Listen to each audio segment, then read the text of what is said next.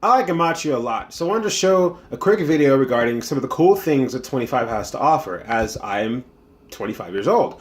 The year which I turned 25 was in the year 5776, so 20th of all, 5776, and the sum of 5776 is 25, which is kind of a cool thing because up until 5779, the sum of each one of those years will be the equivalent of the year that I am, which is really cool. Not everyone can say that. Guess you should have been born in 1991. The 25th, the 25 is the 13th odd number in the numeric system, which is really interesting because the word echad has a gematria of 13, but echad itself means uno, one.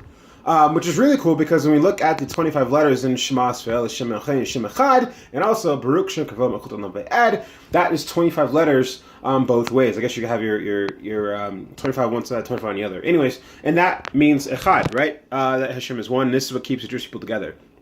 We say that every morning and every evening and throughout the year. So it's really awesome to know that. But bringing us back to the number 25, 25th word in the Torah is Hanukkah. Now, Hanukkah, or I should say, the 25th word in the Torah is actually Or. And Or means light, which is an allusion to Hanukkah. There we go, we got it. All right, so Hanukkah.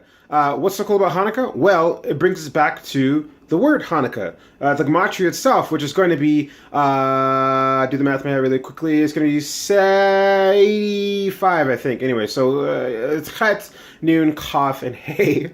And so, Chet, Nun, Kaf, and Hey, you have the 25 at the end of the word Hanukkah, but then also, which is kind of a hidden idea, is that the Nun is actually 50, so 25 twice over. But it brings us back to the temple, which is what Hanukkah has to do with about, that Yehezkel had a vision, or actually prophesied regarding the third temple, that it would have 25 almost, that's the dimensions of it, and then it would have 25 steps leading up to it.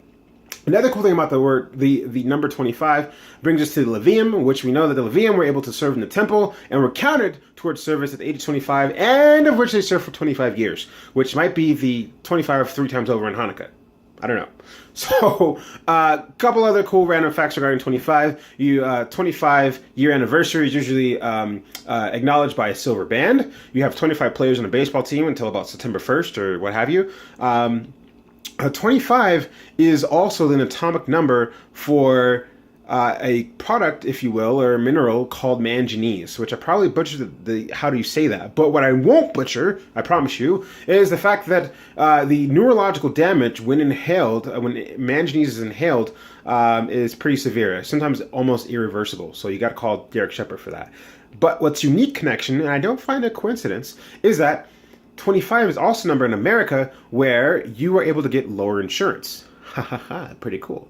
So, kind of interesting that the atomic number for 25 is also connected to the time you get insurance. I don't know what that's all about. But anyways, you get lower insurance because we believe that you're not going to screw things up and you're not going to, make bad decisions. You're going to think about what you're doing first. So, there's one other fact about 25 that just hit me and then left me.